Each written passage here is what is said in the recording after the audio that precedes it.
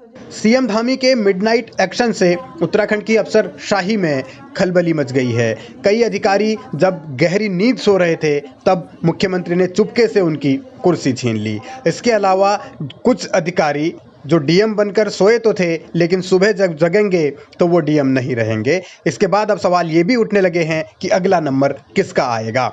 हरिद्वार के डीएम सी रविशंकर को हटा दिया गया है। आनंद स्वरूप तो पिथौरागढ़ के डीएम थे, उन्हें भी हटा दिया गया है। अल्मोड़ा के डीएम नितिन भदौरिया को हटाया गया है। स्वाति भदौरिया को चमोली के डीएम पद से हटाया है। वंदना को अब अल्मोड़ा का डीएम बनाया है, जबकि हिमांशु खुराना चमोली के नए डीएम बनाए गए हैं। विनय शंकर पांडे हरिद्वार के नए डीएम बनाए गए हैं। तो ये एक बड़ा एक्शन है।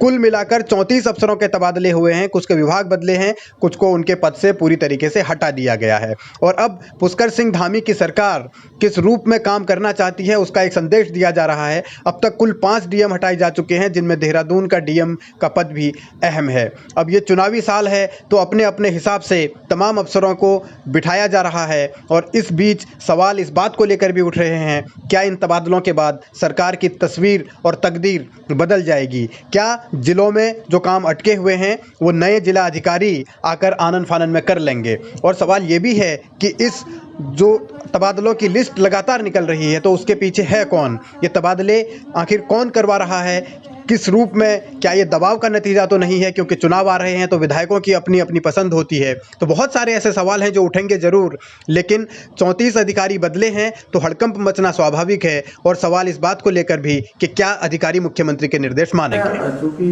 वो योजना अलग है, ये योजना अलग है, लेकिन फिर भी उस योजना को भी हमारा लक्ष्य है कि हम सीधे उसको भी धरातल पर जिस प्रकार से प्रधानमंत्री आवास योजना उतार रहे हैं उसी तरीके से जल जीवन मिशन को भी उतारेंगे।